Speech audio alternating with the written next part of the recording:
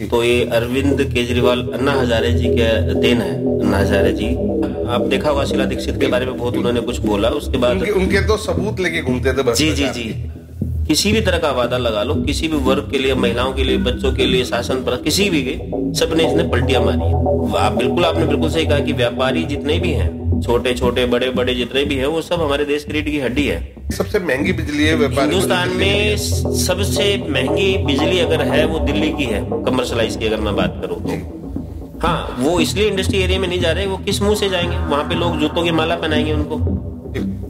अरविंद केजरीवाल जी तो बहुत बड़े खुद भ्रष्टाचारी हैं, खुद जेल में रहे, तिहाड़ में रहे हैं। उनके सारे मंत्री जितने भी देखेंगे आप, अगर मैं अभी गिनाने लग जाऊं तो मुझे लगता है कि आज ये पूरा का पूरा 2 घंटे इन्हीं के नामों में चला जाएगा। आप बिल्कुल सही कह रहे हैं। अभी जब से 10 साल से केजरीवाल सरकार रही है दिल्ली में, मुझे लगता है 30-35% व्यापारी यहाँ से अपना सामान बेच करके अपने यहाँ से शिफ्ट हो गए हैं, अलग अलग राज्य में चले गए। जनता की तरफ ध्यान नहीं दिया, उन्होंने अपना घर बनाना था। उन्होंने जितनी भी चीजें बनाई अपने घर के लिए बनाई है, उन्होंने जनता का कोई लेना देना नहीं है। दिल्ली सरकार सिर्फ इलेक्शनों जब आते हैं तो वो दर दर जाते हैं, वो ऑटो वाले भाइयों के घर खाना खाएंगे, वो अपने झुग्गी झोपड़ी में जाकर के खाना खाएंगे, सब ड्रामा करेंगे। दोस्तों नमस्कार, आदाब, सत श्री अकाल। दोस्तों दिल्ली में चुनावी बिगुल बज चुका है और हर एक वर्ग के लिए फ्री की रेवड़ियां बांटी जा रही है। किसी को 2100 रुपए महीना दिया जा रहा है, तो किसी को फ्री शिक्षा का लालच दिया जा रहा है, किसी को हर 6 महीने बाद फ्री की वर्दी दी जा रही है, तो बुजुर्गों को फ्री का इलाज का झांसा दिया जा रहा है। हमेशा चुनावों के अंदर हर वर्ग की बात की जाती है, परंतु जो मुझे ऐसा लगता है जो हमारे देश की इकोनॉमी है, हमारे देश की जो रीढ़ की हड्डी है, हमारे व्यापारी, उनके लिए कभी नहीं सोचा जाता। कभी उनके लिए कोई स्कीमें नहीं निकाली जाती या उनके लिए कोई स्पेशल कोई पैकेज नहीं दिया जाता, क्योंकि जबकि मेरा ऐसा मानना है कि जितने भी सरकारें हैं उनको चलाने के लिए जो टैक्स का पैसा आता है वो सबसे ज्यादा व्यापारी देते हैं। और ऐसे ही कुछ हालात दिल्ली के व्यापारियों के साथ भी हैं। आज हमारे साथ स्टूडियो में मौजूद हैं हरीश पंडित जी। हरीश जी, सबसे पहले तो बहुत बहुत स्वागत है आपका। जी जी, हरीश जी, मैं चाहूंगा कि जितने भी दर्शक हमारे देख रहे हैं, एक अपना छोटा सा परिचय जोड़ दीजिए। जय हिंद, जय भारत।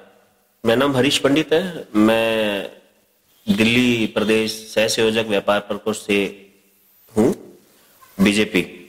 और आज भाई साहब का बहुत बहुत धन्यवाद, आपने व्यापारियों की बात रखने के लिए आज हमें यहाँ पे आमंत्रित किया अपने स्टूडियो में, तो मैं आपको बहुत बहुत बधाई देता हूँ। नहीं, इसका कारण भी है हरीश जी की हर बार इलेक्शनों में ये देखा जाता है कि भाई गरीबों को फ्री पानी, फ्री बिजली, फ्री शिक्षा, फ्री स्वास्थ्य का झांसा दिया जाता है। झांसा ही मैं इसलिए कह रहा हूँ क्योंकि जैसे पिछले 10-12 साल से केजरीवाल साहब की सरकार है हमारे दिल्ली के अंदर, और आज तक उन्होंने जितने भी वादे किए, मैं व्यापारियों की तो बात बाद में करूंगा, दिल्ली के जो गरीब लोग हैं या मिडिल क्लास लोग, वैसे तो मिडिल क्लास मुझे लगता नहीं कि दिल्ली के अंदर कोई बच्चा है, अब तो सभी गरीब हो गए, ठीक है। तो उन जो गरीबों को आज तक जो केजरीवाल साहब ने, उनकी सरकार ने जो वादे किए हैं, उनमें से एक वादा पूरा हुआ नहीं है। उसके बावजूद भी अब नए नए वादे दिए जा रहे हैं। खैर, सबसे ज्यादा टैक्स जो है हमारे देश के अंदर व्यापारी देते हैं, ठीक है। और दिल्ली के अंदर बहुत सारे इंडस्ट्रियल एरिया भी हैं जिनकी हालात मुझे लगता है कि शायद वहां के व्यापारी से अगर पूछो तो आप ये कह लो कि भाई उनके जले पे नमक छिड़कने वाली बात है। जी जी। तो व्यापारियों को लेके जो केजरीवाल साहब है, ये क्यों कुछ नहीं सोच रहे, जबकि सबसे ज्यादा टैक्स का पैसा व्यापारी देते हैं। आज अगर मैं बात करूं सदर बाजार की, दिल्ली का, जहां से सबसे ज्यादा रेवेन्यू जनरेट होता है जी, क्या हालात है वहां पे आज। अगर मैं, खैर दिल्ली के लोगों की हिम्मत है या जो लोग वहां पे जाते हैं परचेजिंग करने के लिए जाते हैं, मतलब इतनी पतली गलियां, कभी आग लग जाए तो उसका कोई देख रेख नहीं है। ओवरऑल सारी कहानी का मोटिव ये है, मेरा जो बोल रहा हूं उसका, कि आम आदमी पार्टी जो है, खासतौर से केजरीवाल साहब जो है, वो अभी तक उन्होंने व्यापारियों के लिए कुछ करा भी नहीं, ठीक है। और अब जब वो इतनी सारी स्कीमें लोगों के लिए लेके आ रहे तो ये व्यापारियों को क्यों भूल रहे हैं। देखिएगा, अरविंद केजरीवाल का अगर जन्म देखा जाए तो ये अरविंद केजरीवाल अन्ना हजारे जी के देन है। अन्ना हजारे जी, आप सब जानते हैं अन्ना हजारे जी को। दूसरा क्या है कि अन्ना हजारे जी जब आए तो इन्होंने बताया कि मैं आम आदमी हूं और जनता मुझे जिताए, मैं लोकपाल बिल लेकर के आऊंगा, भ्रष्टाचार खत्म करूंगा। जबकि आज सबसे ज्यादा भ्रष्टाचार दिल्ली सरकार अरविंद केजरीवाल की पार्टी में है। वो जन लोकपाल भी कहा गया सर। जी जी, उसके बाद उन्होंने बोला जी मुझे जिताओ, मैं कांग्रेस का, आप देखा होगा शीला दीक्षित के बारे में बहुत उन्होंने कुछ बोला। उसके बाद उनके तो सबूत लेके घूमते थे जी वो 25 पन्नों की 50 पन्नों की वो FIR लेके भेजते थे कि इनको हम जल्दी जेल पहुंचाने वाले। जी। उसके बाद उन्होंने बोला जी जब 49 दिन की सरकार बनी तो आपने देखा ही होगा कि कंबाइन कर करके उन्होंने कांग्रेस के साथ अपना गठबंधन करके सरकार चलाई, वहां पे भी उन्होंने पलटी मारी। उसके बाद जितने भी इन्होंने वादे किए हैं आज तक, किसी भी तरह का वादा लगा लो, किसी भी वर्ग के लिए, महिलाओं के लिए, बच्चों के लिए, शासन पर, किसी भी के, सबने इसने पलटियां मारी है। तो आज दिल्ली सरकार इसको पलटू राम कहती है। तो आज आप जो व्यापारियों की बात कर रहे हैं सर, आपने बिल्कुल सही कहा कि व्यापारी जितने भी हैं, छोटे छोटे बड़े बड़े जितने भी हैं, वो सब हमारे देश की रीढ़ की हड्डी है। उन्हीं की वजह से ही हमें अच्छे अच्छे पुल मिल रहे हैं, सड़कें मिल रही है, हमारा सारा टैक्स का पैसा वहीं से हमारे सरकारी विभाग की सैलरियां जा रही है। लेकिन उनको अनदेखा किया जा रहा है हमेशा से। जब भी दिल्ली सरकार में अरविंद केजरीवाल 10 साल से रहे हैं, 15 साल से कांग्रेस रही है, तो लगभग 25-27 साल हो गए हैं जो इन्होंने भ्रष्टाचार कर रखा है। व्यापारियों की अगर मैं बात करूं तो सबसे बड़े मुद्दे हैं व्यापारियों के लिए। एक तो प्रदूषण के नाम के ऊपर जो DPCC का विभाग है, वो प्रदूषण के नाम के ऊपर लाखों रुपए ऐंठते हैं, ब्लैकमेलिंग अधिकारी करते हैं। और दूसरी बात करें हम जल की, क्योंकि जल तो आपने देखा ही होगा घरों के अंदर कितना गंदा पानी आ रहा है, नाले का पानी आता है। और ये तो हमारे घरों में नाले का पानी आ रहा है इसलिए हमें पता है, लेकिन इंडस्ट्री एरिया में जितना भी लोग पानी यूज करते हैं वो भी बहुत गंदा है, जिसकी वजह से हमारे मजदूर भाई बीमार होकर के इनके हॉस्पिटल जाते हैं, सरकारी हॉस्पिटल। अब गरीब आदमी अगर बीमार होकर के सरकारी हॉस्पिटल जाएगा, पहली बात तो उसको 7, 8, 10 घंटे उसको लाइन में लगना है। उसके बाद पता चलता है जी डॉक्टर छुट्टी पे है, पता चला डॉक्टर मिल गया तो उनकी दवाइयां वहां अवेलेबल नहीं हो पाती। गलती से कोई टेस्ट कराना है तो 6 महीने बाद की डेट मिलती है, 2 साल बाद की डेट मिलती है। तो ये तो हमारा हो गया डॉक्टर वाला विभाग, हेल्थ वाला। अब तीसरा अगर हम विभाग की बात करते हैं कि सर बिजली का, जो हमारे व्यापारियों के लिए जितनी बड़ी फैक्ट्रियां लग रही है, जिसके ऊपर इन्होंने चुनाव भी जीते थे कि दिल्ली में हम सारी बिजली फ्री कर देंगे। अब जबकि सच्चाई लोगों को नहीं पता, मैं चाहूंगा कि आप जरूर बताएं उसको। फ्री देखिएगा, मैं आपके कैमरे के माध्यम से, आपके चैनल के माध्यम से मैं बताना चाहता हूँ, फ्री का नाम का कुछ नहीं है यहाँ पे। 20 से 25 प्रति यूनिट रुपए टोटल सारे टैक्स मिला दी जाए तो हमारे व्यापारी भाइयों को पड़ता है। बिल्कुल।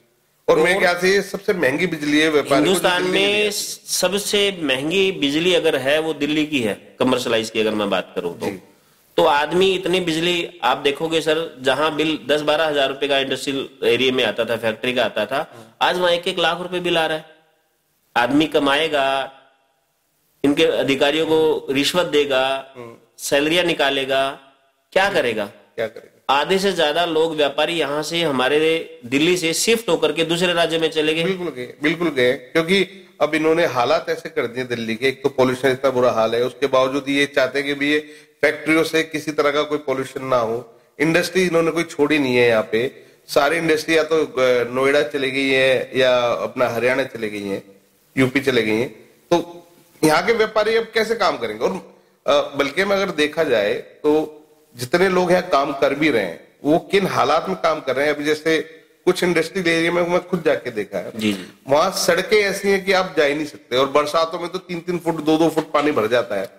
मैं एक इंडस्ट्री एरिया में गया था जी, मुंड का इंडस्ट्री एरिया। हाँ। आप जैसे ही पीरागढ़ी से निकलेंगे जी बिल्कुल, तो जहां इन्होंने बोला था कि मैं पेरिस लंदन बना दूंगा, आप मुझे जिता करके लेकर के आओ, तो वहां ऐसा लंदन पेरिस बना हुआ है कि अगर 3 घंटे में अगर आपकी गाड़ी निकल गई 2 किलोमीटर तो बहुत बड़ी बात है।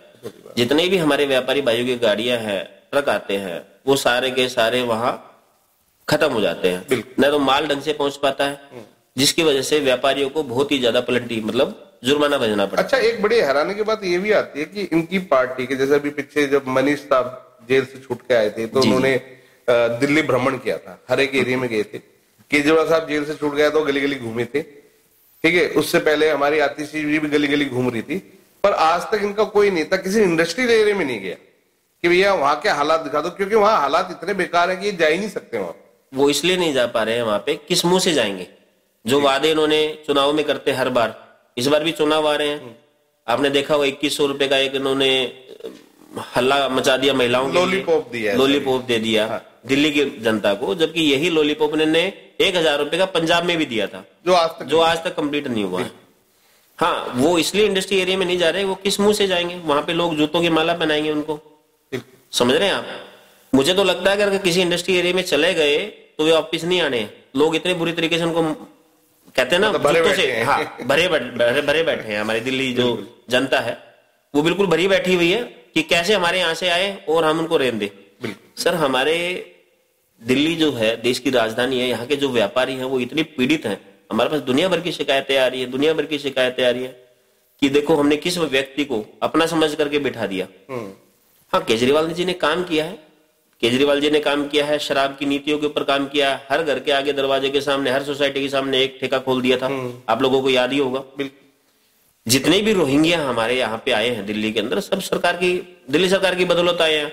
हमारे भाइयों के रोजगार छीन लिए जाते हैं, घरों में चोरियां हो रही हैं, कोई रोकना नहीं, कोई टोकना नहीं है। तो ये सारा का सारा षड्यंत्र जो है देश को तोड़ने का भी, ये सारा का सारा इनके जो एमएलए हैं वो गुंडाराज देखा होगा आप लोगों ने, ठीक है? वहां पे माफियाओं से वो व्यापारियों को धमकियां दिलवा रहे हैं, ब्लैकमेलिंग चल रही है खुलेआम, ठीक है जी। और सर वो करे भी क्या, उनकी मजबूरी है ना, पार्टी चलाने के लिए पैसा तो चाहिए और उसका कुछ बिगड़ना नहीं है। अब उस सरकार ने उन्हीं की वाइफ को एक तरीके का, उसके बावजूद भी हाँ उनके टिकट दे दिया। मैं बड़ा ऐसे बहुत से एग्जांपल्स हैं कि आप पीछे इनके मनीष सिसोदिया जी जेल में रह करके आए हैं, इनके बड़े बड़े मंत्री जेल में रहे हैं। तो मुझे लगता है ये सारी सरकार इन्होंने अपने मंत्रिमंडल जितना भी था सब जेल से चलाया है। मैं इस चीज को लेके एक बात पूछना चाहूंगा कि जो नरेश बालियान जी इनके जो पकड़े गए थे अभी जो जेल में फिलहाल, जब वो पकड़े गए हैं तो उससे पहले 2 साल से उनकी इन्वेस्टिगेशन चल रही थी। जी जी, बाकायदा पुलिस के पास रिकॉर्डिंग है पैसे मांगते हुए, जिसमें बीच में ये दलाली का काम कर रहे हैं। जी जी, ठीक है, ये खुला सबूत है, कोई इसमें कोई दिखावा नहीं है। आप उसको ये नहीं कह सकते कि भैया नरेश बालियान जी की आवाज किसे निकाल के ऐसा कराया या उनको फंसाया गया, ये क्लियर चीज दिख रही है। उसके बावजूद भी ऐसा भ्रष्टाचारी आदमी को केजरीवाल साहब उसकी वाइफ को टिकट दे रहे हैं, मतलब इसका मतलब क्या है कि ये चाहते कि भैया ऐसे भ्रष्टाचारी लोग इनकी पार्टी में रहे? अरविंद केजरीवाल जी तो बहुत बड़े खुद भ्रष्टाचारी हैं, वो खुद जेल में रहे, तिहाड़ में रहे हैं। उनके सारे मंत्री जितने भी देखेंगे आप, अगर मैं अभी गिनाने लग जाऊं तो मुझे लगता है कि आज ये पूरा का पूरा 2 घंटे इन्हीं के नामों में चला जाएगा। तो ये तो सर सारी जनता, सारा देश जानता है कि अरविंद केजरीवाल के जितने भी मंत्री हैं, जितने भी लोग इनके टीम में हैं, वो सारे के सारे भ्रष्टाचार अपराधी सब है। और दिल्ली की जनता अब की बार उनको मुंह तोड़ जवाब देगी। अब की बार ये हर घर में, पहले तो क्या करते थे कि जी किसी ऑटो वाले भाई से हमारे झापड़ मरवा लिया, लोग इमोशनल होकर के लोगों से वादा करके खाना खा रहे हैं। तो ये ड्रामेबाज व्यक्ति है। और अब दिल्ली की जनता को समझ में आ गया है कि भाई ऐसे ड्रामेबाजी से काम नहीं चलेगा। हमारे दिल्ली के लोगों को स्वस्थ रखना है, अच्छे हॉस्पिटल बनाने पड़ेंगे, इनको अपने डॉक्टर्स सही करने पड़ेंगे, दवाइयां वहां देनी पड़ेगी, वहां मशीनें लगानी पड़ेगी। अब गरीब आदमी 7,000 रुपए का, 8,000 रुपए का टेस्ट MRI जैसा वो बाहर तो नहीं करवा सकता ना सर। सर एक छोटी सी बात मुझे बताइए कि जैसे दिल्ली का मैक्सिमम जो टैक्स है वो व्यापारियों से ही आता है। अब वो इंडस्ट्रियल एरिया के हो, सदर बाजार के हो, चांदनी चौक के, यहीं से आता है सबसे ज्यादा टैक्स। केजरीवाल साहब अगर मान लीजिए तीसरी बार चुनाव जीत जाते हैं, मान लीजिए, और ये दिल्ली की 1.5 करोड़ महिलाओं को हर महीने 2,000 रुपए महीना जो देंगे महिला सम्मान राशि, वो भी देना शुरू कर दी, तो ये क्या हमारे जो दिल्ली के जो व्यापारी हैं उनके लिए खतरे की घंटी नहीं है? क्यों? क्योंकि जो पैसा उनको जो देना है, क्योंकि दिल्ली का इतना बजट भी नहीं है जितना पैसा वो बांट रहे हैं, तो ये पैसा व्यापारियों से निकाला जाएगा।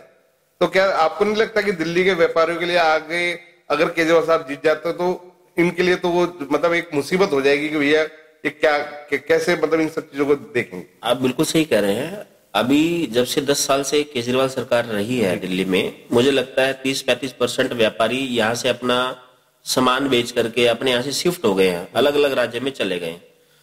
वैसे तो किसी भी कीमत के ऊपर अब की बार कांग्रेस के साथ आम आदमी पार्टी नहीं आएगी कभी भी किसी भी तरह की। अब की बार लोगों ने सोच लिया है कि हमने बीजेपी को लेकर के आना है, और बीजेपी अब की बार पूरे बहुमत से आकर के जितने भी हमारे व्यापारियों की, भाइयों की जो दिक्कतें हैं, परेशानियां, सब शॉर्ट आउट करेंगे। यहाँ कानून राज होगा, स्वस्थ बड़े बड़े जो हमारे जो अरविंद केजरीवाल जो वादे किए थे वो सब पूरे किए जाएंगे। वो अरविंद केजरीवाल नहीं पूरा करेगा, वो बीजेपी पूरा करेगी।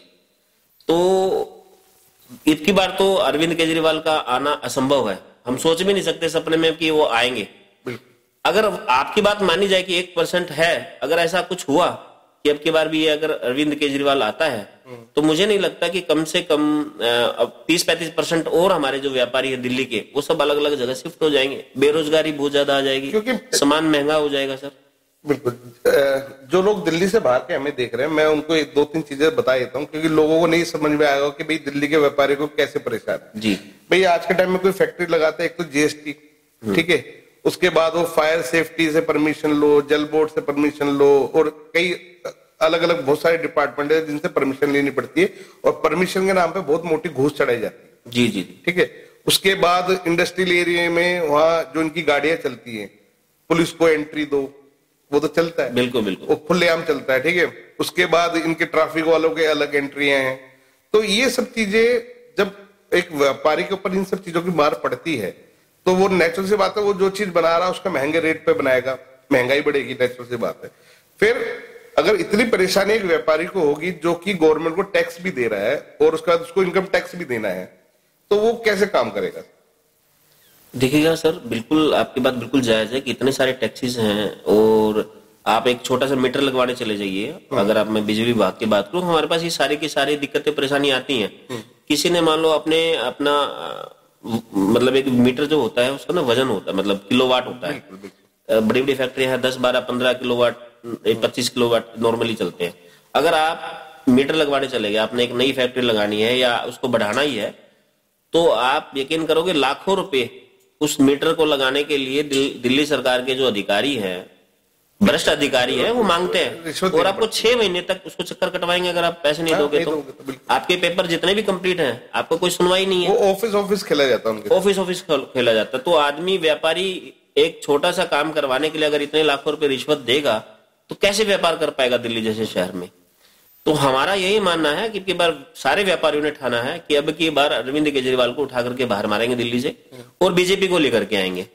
नहीं, ये बात अभी केजरीवाल साहब एक इंटरव्यू में प्रेस कॉन्फ्रेंस में कह रहे थे कि हम बहुत सारे काम करना चाहते हैं पर बीजेपी हमें काम करने नहीं देती। ठीक है, मान लीजिए उनकी बात बड़ी करते थे, मान लीजिए अगर बीजेपी उनको काम नहीं करने दे रही, तो फिर दिल्ली की जनता उनको वोट क्यों दे, बीजेपी को क्यों ना दे? क्योंकि जब भाई काम बीजेपी को ही करना है तो फिर उनको वोट देंगे। तुम तो कर ही नहीं पा रहे हो, क्योंकि अगर तुम लोग कर पा रहे होते तो यमुना साफ होती, आज दिल्ली के रोड बढ़िया होते, दिल्ली में फ्री वाईफाई भी होता, दिल्ली में लॉ एंड ऑर्डर की स्थिति इतनी खराब नहीं होती जितनी अभी है।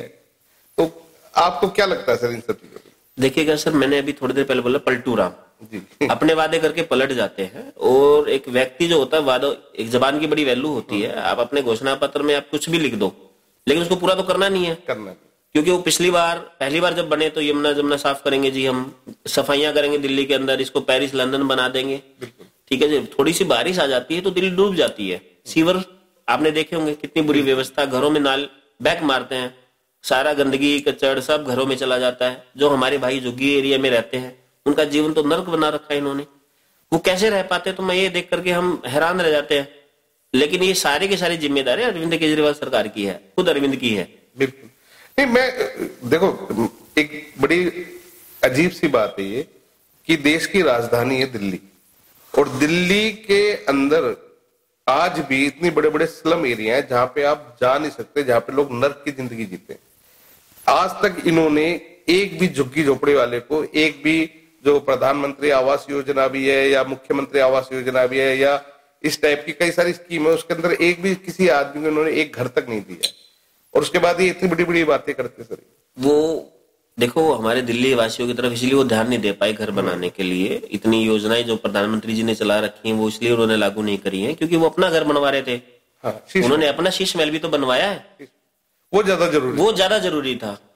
इंग्लैंड से पता नहीं कहां से तो उसके अंदर शीशे लगे हुए हैं। मैं मीडिया के थ्रू देख रहा था। वैसे तो हमारी हिम्मत है नहीं इतने बड़े घर में जाकर के देख करके आने की। सर वो जितना महंगा कम्बोर्ड उनके बाथरूम के अंदर है, उतने महंगा कम्बोर्ड में तो लोग घर बना लेते हैं। तीन घर बना लेते हैं, या 2 लोग उसमें टैक्सी लेके अपने घर परिवार चला सकते हैं। बिल्कुल बिल्कुल। तो इसलिए उन्होंने जनता की तरफ ध्यान नहीं दिया। उन्होंने अपना घर बनाना था। उन्होंने जितनी भी चीजें बनाई अपने घर के लिए बनाई है। उन्होंने जनता का कोई लेना देना नहीं है। दिल्ली सरकार सिर्फ इलेक्शनों जब आते हैं तो वो दर दर जाते हैं, वोट वाले भाइयों के घर खाना खाएंगे, वो अपने झुग्गी झोपड़ी में जाकर के खाना खाएंगे, सब ड्रामा करेंगे, लेकिन उसके बाद वो सब भूल जाते हैं। लेकिन वो अब की बार दिल्ली ने ठान लिया है, बदलाव चाहिए, अब की बार बदल देंगे। जो किस्मत दिल्ली वाले, हम लोगों ने 10 साल तक इनके ऊपर विश्वास किया, दिल्ली की जनता ने, कि हमारा अपना आम आदमी है, हमारे बारे में सोचेंगे, लेकिन अपना अपना कर करके इन्होंने तो आम अब खास हो गया। आम अब खास हो गया। बिल्कुल सही कह रहे हैं आप। तो सर ज्यादा समय नहीं लेंगे आपका। जितने भी हमारे लोग देख रहे हैं, जितने भी दर्शक हमें देख रहे हैं, उनके लिए और खासतौर से दिल्ली के व्यापारियों के लिए क्या कहना चाहेंगे आप? और लास्ट में चलते चलते आज जो आपकी हमारी जो बातचीत हुई है, इसका एक्सपीरियंस आपका कैसा रहा और क्या कहना चाहेंगे? सबसे पहले मैंने आप लोगों ने मुझे यहाँ बुलाया अपनी बात रखने के लिए, मेरी व्यापारी भाइयों की बात रखने के लिए। आपका अपने माध्यम से, आपके चैनल के माध्यम से मैं पब्लिक तक यह पहुंचाया आपने, तो मैं सबसे पहले आपको, आपकी पूरी टीम को मैं धन्यवाद देना चाहूंगा। बहुत अच्छा अनुभव रहा आपके साथ। और मैं दिल्ली की जनता को सिर्फ मैं एक ही बात कहना चाहता हूं कि अब की बार बदलाव बहुत जरूरी है। अब की बार बीजेपी को दिल्ली में लेकर के आए और अपने जितने भी कष्ट हैं, जितने भी दिक्कतें परेशानियां हैं, दिल्ली सरकार अगर बनती है बीजेपी की, तो उसको पूरा का पूरा हम शॉर्ट आउट करेंगे, उसको रिजोल्व करेंगे। और हमारे व्यापारी भाइयों को तो पता ही है कितनी दिक्कतें परेशानी आ रही है, तो वो तो 200% उनको बदलेंगे। तो आप सबका आज बहुत बहुत धन्यवाद। जय श्री राम। तो दोस्तों, ये थे हमारे साथ हरीश पंडित जी, और दिल्ली के जितने भी व्यापारी हैं, उनकी जितनी भी समस्याएं हैं, उनको लेकर आज बातचीत हुई। और मुझे बड़ा अच्छा लगा कि आपने खुल के सारी चीजों को बताई। और जनरली ऐसी बातें नहीं लोग नहीं बोलते हैं। जी जी। और व्यापारी जो है वो किसी भी राज्य की रीढ़ की हड्डी होता है, जो सबसे ज्यादा टैक्स देता है, इनकम टैक्स देता है, जीएसटी देता है, उसके बाद कई लाखों लोगों को रोजगार देता है। ऐसे लोगों पे एक सरकार की मार करना या ऐसे लोगों के लिए कुछ ना सोचना या उनके हित के लिए बिल्कुल भी ना सोचना, वो सबसे ज्यादा खतरनाक चीज है। अगर व्यापारी किसी भी राज्य के अंदर नहीं होंगे तो उस राज्य का विकास होना असंभव है, क्योंकि सरकार चलाने के लिए पैसा चाहिए और पैसा टैक्स के रूप में सबसे ज्यादा व्यापारी देता है। तो दोस्तों, आप वोट किसी को भी दें, बीजेपी को दें, आम आदमी पार्टी को दें या कांग्रेस को दें, जिसको भी दें, सोच समझ के दें। और ये जरूर देखें कि भैया इस नेता ने पहले क्या किया था, कितने वादे किए थे, कितने पूरे किए, आगे जो वादे कर रहा है क्या वो पूरे हो सकते हैं। आज के टाइम में गूगल सबके पास है, आप गूगल करके देख सकते हैं, समझ सकते हैं। तो इन सब चीजों को सोच समझ के जब वोट डालने जाए तो इन सब बातों का ध्यान रखें और तब वोट करें। वोट जरूर करें, वो आपका अधिकार है और वो आपका हक है। तो इसी तरह की राजनीतिक मुद्दों को लेकर हम आपके सामने आते रहेंगे। बने रहे हमारे साथ। आज के लिए इतना ही। नमस्कार। जय श्री राम।